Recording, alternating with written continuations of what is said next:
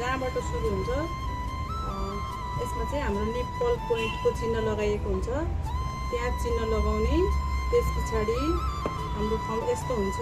सुल्टो हुँदा त्यसलाई ठ्याक्कै उल्टो गराउने, यसको मिड पोइन्टमा चिन्ह लगाउने।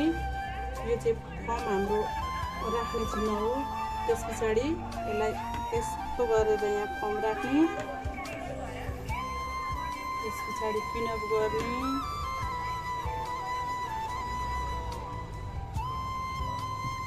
यस्तो हुन्छ। त्यस पछाडि अर्कोको पनि मिड पोइन्टमा चिन्ह लगाउने, यो लगाइसकेको छ। यसलाई फेरि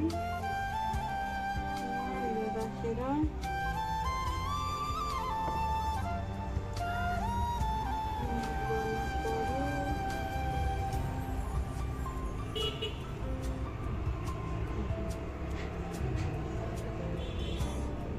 त्यस पछाडि ठिक्क